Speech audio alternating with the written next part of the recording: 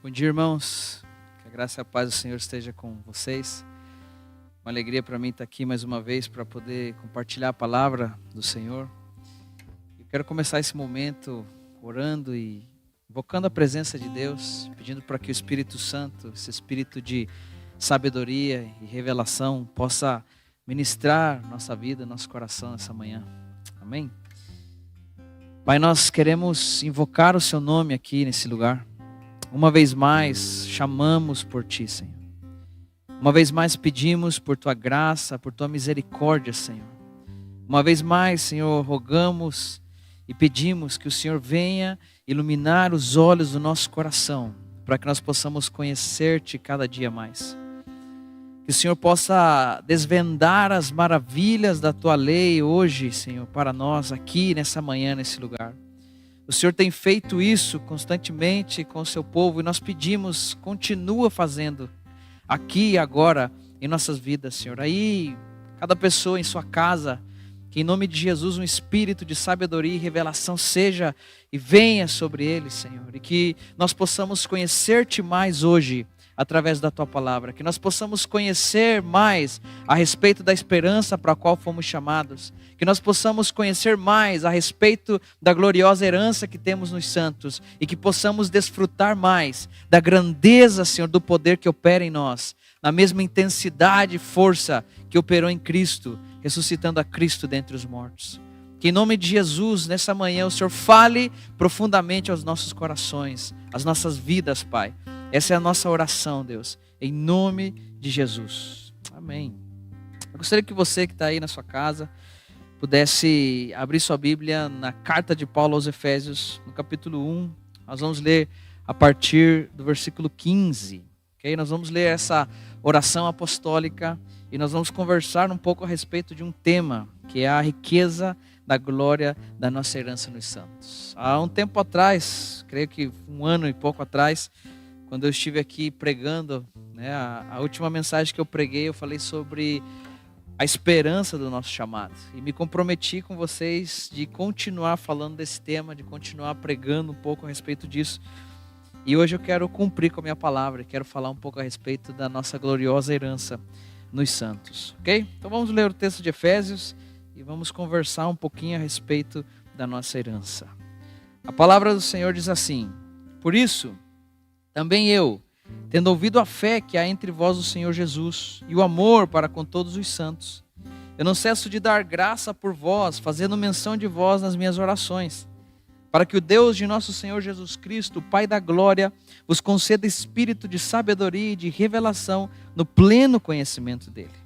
Iluminados os olhos do vosso coração, para saberdes qual é a esperança do seu chamamento, qual a riqueza da glória da sua herança nos santos e qual a suprema grandeza do seu poder para com os que cremos, segundo a eficácia da força do seu poder, o qual exerceu ele em Cristo, ressuscitando dentre os mortos e fazendo sentar-se à sua direita nos lugares celestiais, acima de todo principado, potestade, poder e domínio e de todo nome que se possa referir não só no presente século, mas também no vindouro.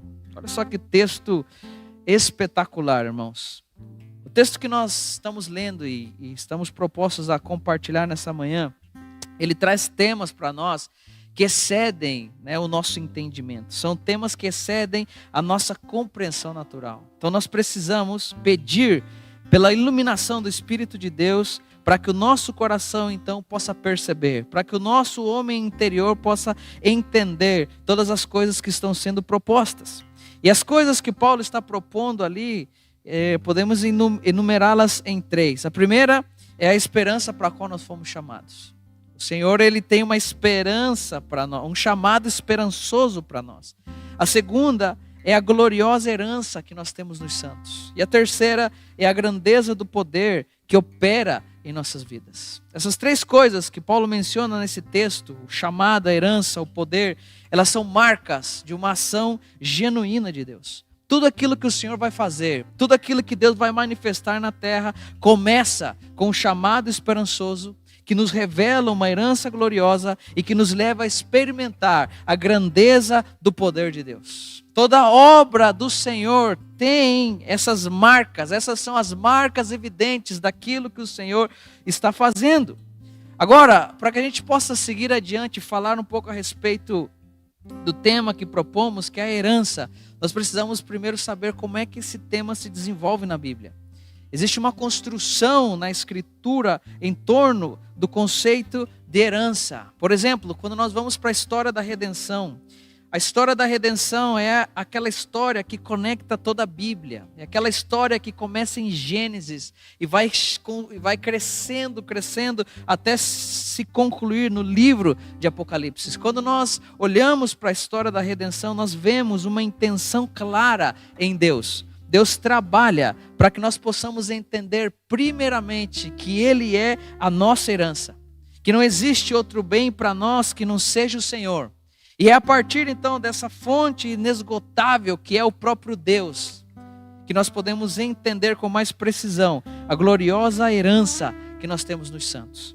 Quando o apóstolo Paulo pede e nos ensina a orar para que os olhos do nosso coração sejam iluminados, a ordem do que o apóstolo está apresentando para nós é a ordem daquilo que Deus sempre está fazendo em meio à história. Por exemplo, Deus, de forma esperançosa, chamou Adão. Fez uma promessa a Adão. E essa promessa lhe dava direito a uma herança. E essa herança era constantemente confirmada pela manifestação do poder de Deus através de cada um dos seus feitos. Isso continua na Escritura. Por exemplo, Deus, de forma esperançosa, chama Noé. Faz uma promessa a Noé. Essa promessa lhe dava direito a uma herança. E essa herança era constantemente confirmada pela manifestação do poder de Deus através de cada um dos seus feitos. Isso continua, irmãos. E de forma esperançosa, Deus chama a Abraão. Deus faz uma promessa a Abraão. E essa promessa lhe dava direito a uma herança que era constantemente confirmada pela manifestação do poder de Deus através de cada um dos seus feitos. E nós poderíamos ficar aqui o dia inteiro mostrando como esse padrão se repete por toda a Escritura. Mas é importante pensar em algo. Nós temos aqui dois exemplos claros. Nós temos o exemplo de Adão e nós temos o exemplo de Abraão. E nós precisamos entender que há uma diferença enorme entre os dois. Ambos, tanto Adão quanto Abraão, foram chamados. Ambos receberam a promessa. Ambos ganharam uma herança. Ambos viram os feitos maravilhosos do Senhor. Mas quando nós olhamos para a vida de um, vemos que um foi expulso da sua heredade, enquanto o outro alcança todas as promessas. Nós precisamos entender, dentro desse conceito de herança, que existe algo que vai marcar uma grande diferença. E eu acredito que a resposta, a revelação de Deus em relação àquilo que marca essa diferença, está em Hebreus capítulo 11, versículo 8, quando vai falar a respeito da atitude que teve Abraão. A Escritura fala em Hebreus 11, 8, que pela fé, Abraão, quando chamado, obedeceu, a fim de ir para um lugar que deveria receber por herança, e partiu sem saber para onde ia. Pela fé, Abraão peregrinou na terra da promessa como terra alheia, habitando em tendas com Isaque e Jacó, herdeiros com ele da mesma promessa. Porque aguardava a cidade que tem fundamentos, da qual Deus é o arquiteto e o edificador. Veja que interessante. A Escritura nos está dizendo que entre a realidade do chamado, da promessa, da herança e do poder, existe algo que conecta e liga todas essas coisas, e é a realidade da nossa obediência. Se Abraão fosse chamado, recebesse promessas e todas as coisas que Deus costuma fazer, no padrão que eu mostrei para vocês, que se repete na Escritura, mas não tivesse obedecido, ainda cheio de promessas, ele não tinha experimentado nada. Você já ouviu aquele termo, aquele jargão? Aquele que tem promessa não morre, Eu não sei se a Bíblia respalda ou confirma essa realidade. Porque eu vejo Adão cheio de promessas, mas num determinado momento da sua vida sendo expulso de tudo aquilo que Deus tinha preparado para ele. Eu vejo Esaú cheio de promessas e num determinado momento ele sendo expulso daquilo que Deus tinha determinado para ele. Eu vejo o rei Saul cheio de promessa, mas num determinado momento sendo expulso de tudo aquilo que Deus tinha determinado para eles. E se nós vamos ver Vamos ao cerne, ao ponto da questão. Vamos perceber que o que tirou todas essas pessoas dessa realidade foi a sua falta de obediência ou a sua desobediência. E é interessante porque o texto de Hebreus traz todos os elementos que Efésios 1 nos traz. Fala de um chamado, fala de uma herança, fala de uma promessa. E você pode perguntar, mas cadê o poder? Vai lá no versículo 11, você vai ver que pela fé, a própria Sara recebeu o quê? Poder para ser mãe, não obstante o avanço da sua idade, pois esteve fiel àquele que lhe havia feito a promessa. Por isso, também de aliás, já amortecido, Abraão, saiu uma posteridade tão numerosa como as estrelas do céu, e inumerável como a areia que está na praia do mar. Então perceba que chamado, promessa, herança e poder sempre caminharão juntos, e só podem ser desfrutados por meio da obediência. O chamado de Deus precisa ser correspondido com a nossa obediência, pois é a obediência que vai nos introduzir na realidade da nossa herança. E para usar um termo que é mais conhecido, do nosso meio, o que vai liberar sobre as nossas vidas tudo aquilo que o Senhor tem preparado para nós é a obediência. E uma simples leitura, por exemplo, do livro de Deuteronômio vai confirmar essa tese, vai confirmar essa ideia. Porque quando nós falamos de chamado, nós falamos de promessa, nós falamos herança, nós estamos nos referindo àquilo que aconteceu com Israel lá no Egito. Deus chama Israel da escravidão, liberta Israel, lhe promete uma terra. Só que sempre Deus está instruindo o seu povo a obedecer, porque se eles não obedecerem, eles jamais desfrutarão da herança que o Senhor tem preparado para cada um deles. Agora, é importante olhar um pouco mais para o chamado de Abraão e entender que o chamado dele é claro. Abraão, ele será pai de multidões. E através daquilo que Deus faz na vida de Abraão, nós vemos o nascimento da nação de Israel. Israel é um povo particular, peculiar. Israel tem uma vocação muito clara, Israel tem uma vocação bem definida. E mais uma vez, na vida de Israel, nós podemos ver o padrão de Deus se repetindo. Nós podemos ver esse padrão de uma genuína obra de Deus, uma vez mais tomando forma. Nós podemos dizer que de forma esperançosa Deus chamou a Israel, Ele fez uma promessa. Essa promessa a Israel lhe dava direito a uma herança. E essa herança foi constantemente confirmada pela manifestação do poder de Deus através dos seus feitos. Mas é interessante, irmãos, porque é aqui, justamente nesse ponto, que algo é adicionado no conceito da nossa herança. Porque até o momento Israel encarava a sua herança como a terra prometida, como a terra de Canaã, como algo que seria alcançado no futuro. Mas Deus introduz algo e começa a mudar a forma desse povo pensar. E começa a fazer com que eles entendam que existe uma herança que transcende o normal, que transcende o natural, que não está apegada a essa realidade apenas futura, mas que é algo que precisa ser desfrutado aqui e agora. A Escritura fala em Números 18, 20, uma palavra de Deus a Arão, disse assim: na sua terra herança nenhuma terás. Ou seja, Deus está cortando da tribo de Levi, toda a expectativa em relação a uma herança, nessa terra. E no meio deles, nenhuma porção terás. E ele fala: eu sou a tua porção e a tua herança no meio dos filhos de Israel. Olha só que coisa interessante. Eles estavam com uma expectativa 100% vinculada à realidade da terra. Eles saíram do Egito, eles tinham que entrar na terra prometida, e era isso que eles queriam, e era por isso que eles trabalhavam. De repente o Senhor vem, chama eles e diz: olha só, galera, eu quero compartilhar com vocês algo novo, algo diferente. Eu quero mostrar que existe algo que transcende tudo isso que vocês estão esperando. E então o que faz o Senhor? O Senhor coloca a tribo de Levi como um testemunho para todo Israel. O Senhor levanta a tribo de Levi como uma tribo que entenderá e experimentará momentaneamente algo que vai ser definitivo para o nosso futuro. Porque o que acontece no futuro? Aquilo que os filhos de Levi experimentam no meio dos filhos de Israel se transforma no padrão de todo o povo de Deus.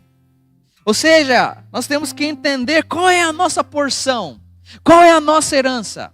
Porque eu posso falar de questões relacionadas ao futuro e trazer uma expectativa bem escatológica em relação à nossa gloriosa herança, algo que eu quero fazer um pouquinho mais para frente. Mas se nós não temos pavimentada essa estrada que nos conduz diretamente a esse lugar, onde entendemos que o Senhor é nossa herança, irmãos, nós vamos perder tudo.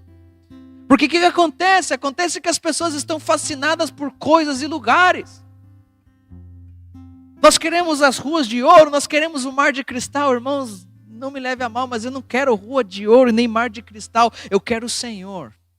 Eu entendo que o Senhor é a minha porção. Eu entendo que o Senhor é a minha herança. E não existe nada nesse mundo ou no mundo vindouro que possa substituir o lugar dele na minha vida. O Senhor é a minha porção. O Senhor é a minha herança.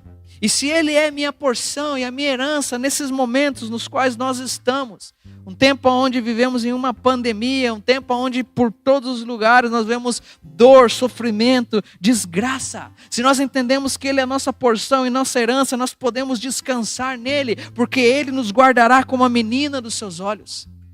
Davi declara algo muito interessante. Ele diz: guarda-me, ó Deus, porque em Ti me refugio. Por quê? Porque Tu és o meu Senhor e outro bem não possuo, senão somente a Ti. Salmos 16:1. É interessante a perspectiva que tem Davi, porque Deus levanta Levi como um exemplo para todo o povo de Israel. Uma tribo que não teria uma herança terrestre, terrena, mas que teria uma herança no Senhor. O Senhor seria sua própria herança. Só que em meio a essa transição, em meio a essa construção do termo herança na Escritura, nós vemos a Davi. E Davi é alguém diferente, porque Levi, ele sabia que não receberia uma herança física. Mas Davi não, Davi era um rei, Davi era um soberano. Davi, ele não tinha necessidade de nada. E o que acontece em meio a essa transição, nós vemos a Davi, que mesmo sendo um rei, ele se posiciona nessa realidade. E ele reconhece que mesmo tendo tudo, ele não tem outro bem que não seja o Senhor. Que não existe fora do Senhor outro bem para o rei, que o próprio Deus é a sua porção, que o próprio Deus é a sua herança, e que mesmo tendo tudo, sem o Senhor, ele não teria nada.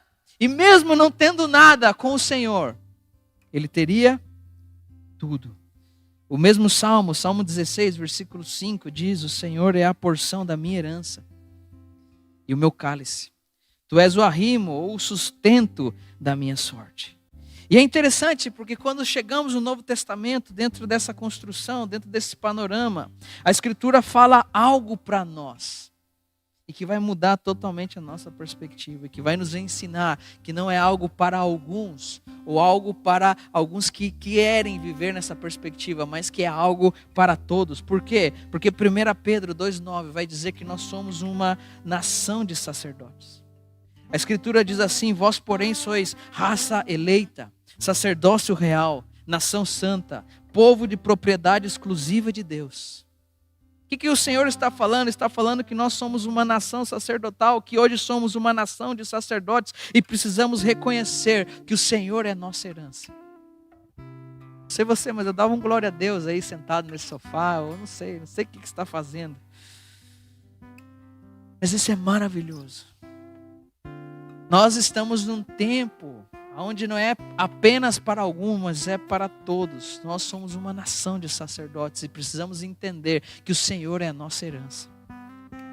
Que mesmo que eu não tenha nada, mesmo que eu não alcance nada, mesmo que eu não desfrute de nada, eu tenho que entender que eu tenho tudo. Por quê? Porque eu tenho o Senhor. Porque eu tenho o Senhor. Porque eu pertenço ao Senhor. O texto continua dizendo que nós, como pedras vivas, somos edificados como casa espiritual para sermos sacerdócio santo, para oferecer sacrifícios espirituais agradáveis a Deus por intermédio de Jesus Cristo. Em outras palavras, todos nós somos chamados a oficiar diante do Senhor. Nós somos uma nação sacerdotal. A igreja é esse povo de Deus. E o povo de Deus é um povo sacerdotal. O povo de Deus é o povo que tem o Senhor como uma herança. E é necessário entender que em quem consiste a nossa herança. E a nossa herança, irmãos, é o Senhor. Que significa isso? Que não há nada fora dele para nós. Eu não sei quais são as suas expectativas, quais são os seus planos, eu não sei o que você pensa a respeito do seu futuro, mas eu quero dizer que não existe nada para nós, não existe nada para o povo de Deus, não existe nada para mim, não existe nada para você fora do Senhor. Nós não podemos receber nada se o céu não nos der, nós não podemos ter nada se não for uma bênção do alto, se não for um toque precioso do Senhor. Nós precisamos entender isso. O Senhor é a origem de tudo. O Senhor é aquele que sustenta todas as coisas. E definitivamente não existe nada que possamos receber que não provenha dEle. Qual é o primeiro chamado que temos? O primeiro chamado que temos é para estar juntamente a Ele. Esse é o primeiro chamado que temos. Por isso o Senhor olha para Maria e fala: você escolheu a melhor parte, porque esse é o chamado de todos. Ele não está dizendo que o trabalho de Marta não é importante, mas ele está dizendo que Maria conseguiu entender qual era a sua prioridade. A sua prioridade era o Senhor. Amém? A sua prioridade era o Senhor. Nós somos chamados primeiramente para estar com Ele, para oficiar diante dEle, para nos alegrar em sua presença, sabendo que não existe outro bem para nós que não seja o Senhor. E entender, irmãos, que o Senhor é minha porção e herança, não tem preço. Eu sei que para as outras coisas, né, existe um Mastercard, mas para isso não tem preço. Isso muda a minha perspectiva, isso muda a minha vida, isso muda a forma como eu vou encarar as coisas.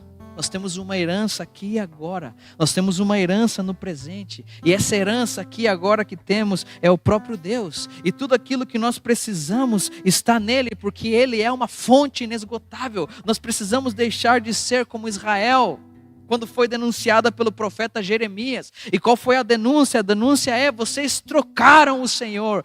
Vocês trocaram o manancial de águas vivas. Vocês trocaram uma fonte inesgotável. E cavaram suas próprias cisternas. E abriram buracos para recoletar a sua própria água, enquanto existia uma fonte inesgotável para você. Sabe o que isso significa? Significa que muitas vezes nós deixamos de lado aquilo que tem o Senhor para nós e começamos a querer lutar com a força do nosso próprio braço. Há dificuldades, há problema, há dor, há sofrimento, e nós queremos burlar tudo isso. E acabamos rompendo com o processo de Deus. E irmãos, se não existe processo, respeitando princípios, nós jamais vamos experimentar a realidade do propósito do Senhor. Por isso que é bom estar nesse lugar chamado o Senhor. Ele é o nosso pastor. E a sua presença, proteção, cuidado e provisão jamais faltarão em nossas vidas. Mas se nós não estamos nele, nós vamos ter que se esforçar bastante. Principalmente nesse tempo. Principalmente nesse momento. E agora com essa mentalidade bem formada, entendendo que o Senhor é a nossa herança, eu acredito que nós podemos ir rumo ao entendimento da nossa gloriosa herança. E para isso eu gostaria que fôssemos na carta do apóstolo Pedro, na primeira carta de Pedro, no capítulo 1, versículo 3. E nós vamos ver uma descrição a respeito da nossa gloriosa herança. Pedro capítulo 1, versículo 3, 1 Pedro 1, 3 diz assim: Bendito Deus e Pai do nosso Senhor Jesus Cristo, que segundo a sua muita misericórdia nos regenerou para uma viva esperança, mediante a ressurreição de Jesus dentre os mortos. O 4 diz: para uma herança incorruptível, sem mácula, imarcessível, reservada nos céus para vocês. O versículo 3, ele nos está dizendo que nós fomos regenerados, ou seja, que nós nascemos de novo. Nós nascemos de novo para uma viva esperança. Nós nascemos de novo para desfrutar aqui e agora de tudo aquilo que Deus tem reservado para nós. Nós fomos regenerados ou nascemos de novo para desfrutar desse chamado esperançoso. Primeiramente a salvação, depois a santificação, a comunhão e a missão. Esse é um resumo da nossa viva esperança. Nós somos chamados pelo Senhor, primeiramente a salvação.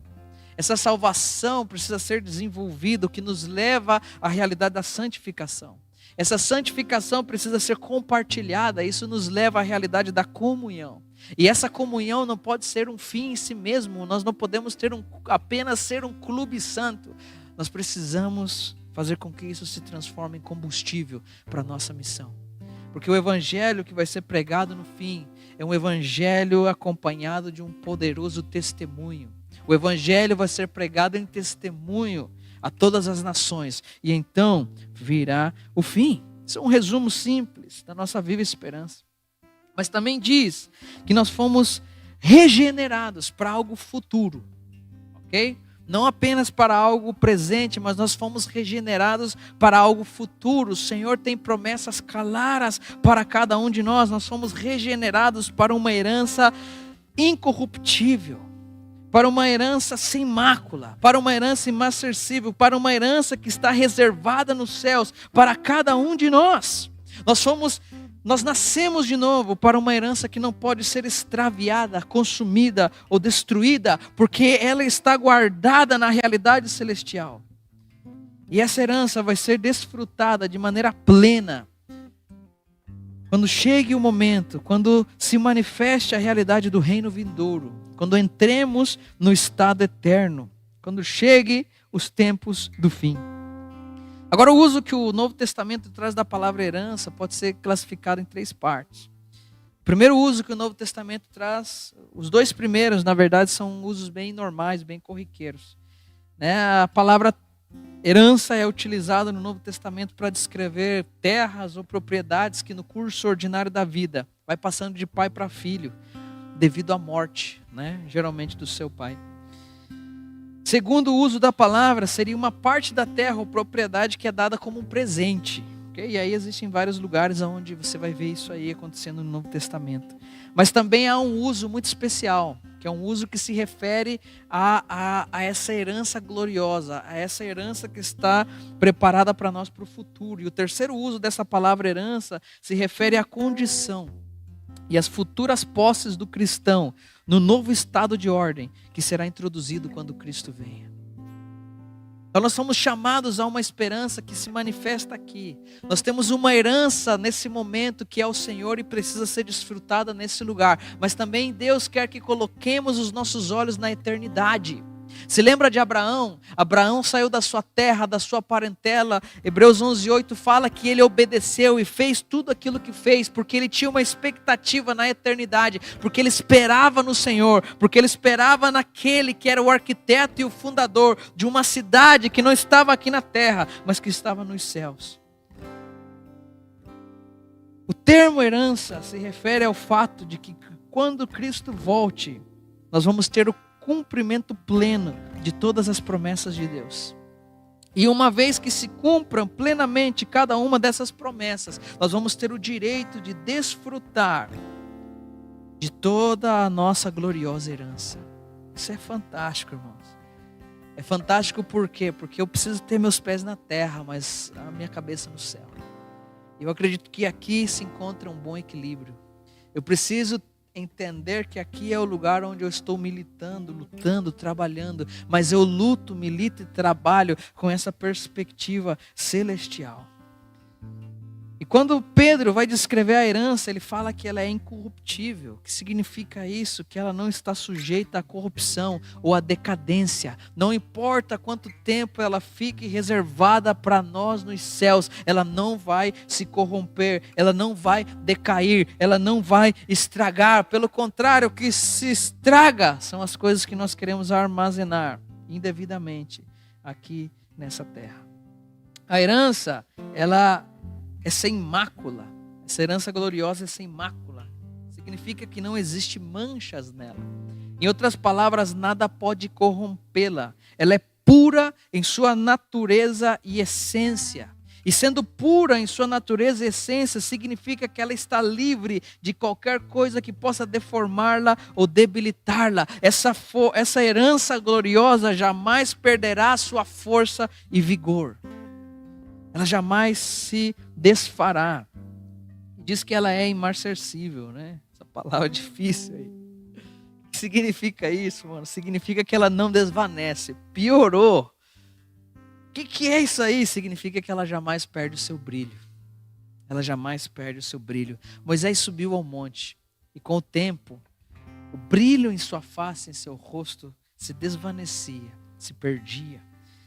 Essa herança gloriosa jamais perde o seu brilho.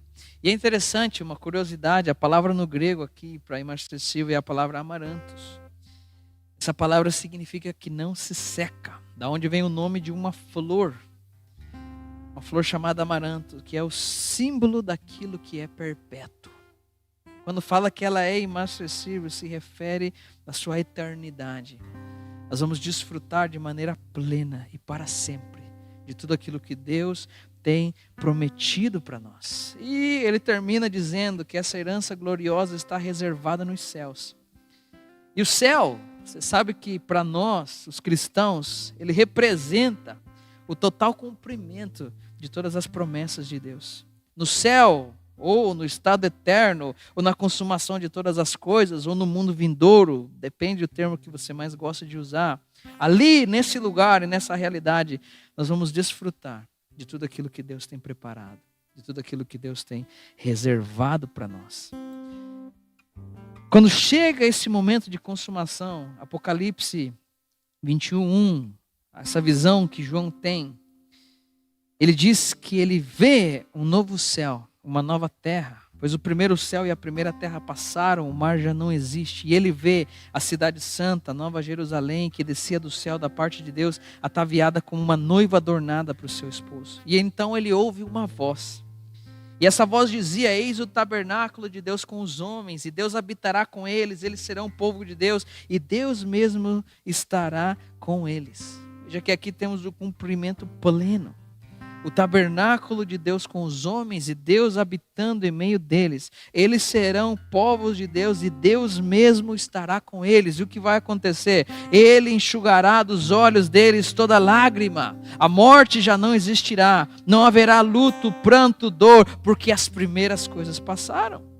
Veja o que está reservado para nós. Veja o que está reservado para nós na eternidade. Nós sabemos que temos uma gloriosa herança reservada nos céus para nós. E qual é o efeito disso nas nossas vidas? Isso faz com que possamos olhar para a eternidade e poder viver aqui e agora, nesse exato momento, para a glória de Deus. Porque se eu não tenho uma perspectiva do que é eterno, irmão, fica complicado viver nesse exato momento pela glória de Deus. Fica complicado resistir, fica complicado perseverar, fica complicado ir adiante, fica complicado continuar mesmo perdendo, fica complicado. Por quê? Porque não existe algo lá no futuro relacionado a tudo aquilo que eu passo aqui no presente. Nós não entendemos que estamos aqui por acaso. Nós não entendemos que as coisas se dão porque se dão. Nós entendemos, cara, que estamos nas mãos do Senhor. Nós entendemos que o que acontece aqui, nesse exato momento, serve para produzir um enorme peso de glória para a realidade do estado eterno. Serve para produzir uma quantidade infinita de glória para que desfrutamos nessa realidade eterna.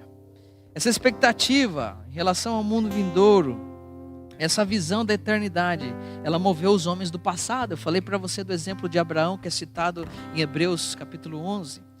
Mas eu gosto muito de olhar para o ministério do apóstolo Paulo.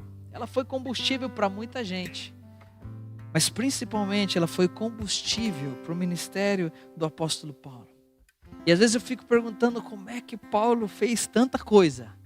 E eu descobri uma resposta. Paulo pôde fazer todas as coisas que fez, porque ele deixou de fazer apenas uma. Quando ele conversa com o rei Agripa, ele fala algo que ele não fez. E sabe o que é que Paulo não fez? Paulo não foi desobediente à visão celestial. Eu e você, nós temos que fazer muitas coisas, e o problema disso é que muitas vezes, no meio de todas essas coisas, nós estamos sendo desobedientes à única coisa que não deveríamos ser. Nós estamos desconsiderando essa visão celestial. Nós estamos considerando a ordem clara do Senhor para nós, que diz o que nós temos que fazer nesse tempo, nesse momento aqui e agora. 2 Timóteo 4,6, quando Paulo já sabe que seus dias estão chegando ao fim, ele vai escrever para o seu filho na fé. Ele diz assim: quanto a mim, eu estou já sendo oferecido por libação. Libação é um sacrifício mais líquido, que era derramado sobre o sacrifício. Paulo sabia que ele não era o sacrifício é o Cristo. Mas ele era um sacrifício de libação. Sobre esse sacrifício de Cristo, ele entrega a sua vida e trabalha para que o Cordeiro possa receber a recompensa do seu sacrifício. Ele é uma libação sobre tudo aquilo que Cristo fez. E ele diz que o tempo da minha partida é chegado. Eu combati o bom combate, completei a carreira, guardei a fé. Todas as figuras de linguagem utilizadas se referem à sua perspectiva ministerial. Se referem ao fato de que ele foi obediente à visão celestial dada para ele no momento em que ele, em Atos 9, cai do cavalo. Paulo nunca saiu da linha em relação àquilo que Deus tinha para ele. Ele sempre foi obediente. E ele diz: já agora, a coroa da justiça me está guardada. Eu não sei quantos de nós poderíamos ter essa convicção. Cara, a coroa da justiça me está guardada. Não sei você, mas só pode descansar de algo alguém que trabalhou, né? E Hebreus propõe um descanso eterno no Senhor. Eu não sei, será que nós estamos fazendo realmente o que devemos fazer, ou nós estamos apenas brincando com algumas realidades e circunstâncias? Quando eu olho para Paulo, isso me surpreende, porque ele tinha uma convicção, mas não era uma convicção apenas vinculada a uma fé vazia. Paulo não estava simplesmente jogando palavras ao vento, dizendo: não, eu sou um homem de fé, e eu sei que tem uma coroa da justiça, eu creio.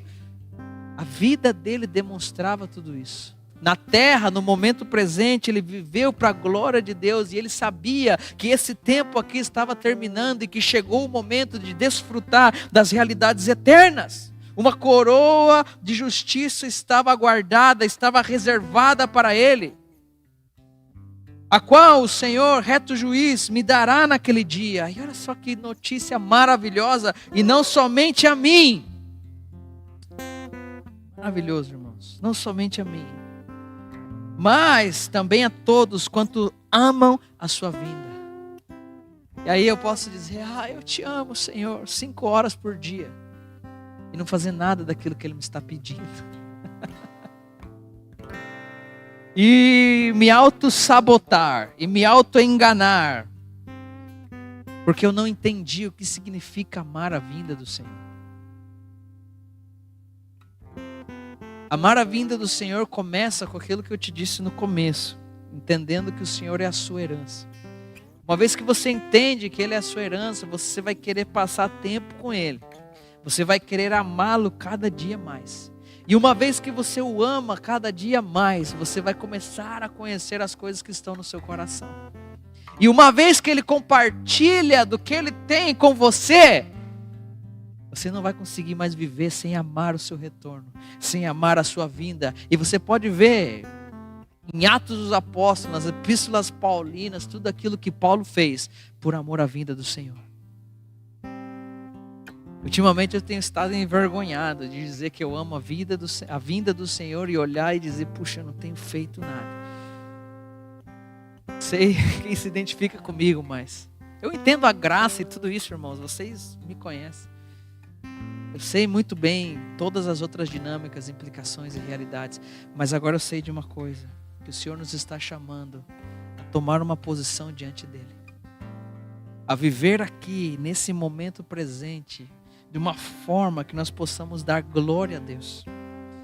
Viver aqui com os nossos olhos na eternidade, sabendo que chegará aquele dia aonde Ele nos recompensará, aonde Ele nos dará tudo aquilo que é merecido, de acordo ao nosso trabalho. Paulo trabalhou para o Senhor com a visão na eternidade, jamais sendo desobediente à visão celestial, sempre mantendo essa expectativa em relação ao futuro. E entendendo as dinâmicas da eternidade, Paulo sabia que havia algo no céu reservado para ele, que é aquilo que o texto está dizendo para nós. Essa gloriosa herança está reservada para nós aonde? Está reservada para nós nos céus, reservada para nós na eternidade. E não só para ele, para todos nós, para todos aqueles que, como Paulo, se dedicam ao Senhor, trabalhando por amor à sua vinda. E para desfrutar disso no futuro, irmãos, a Escritura fala que nós somos guardados pelo poder de Deus, mediante o Espírito, no presente.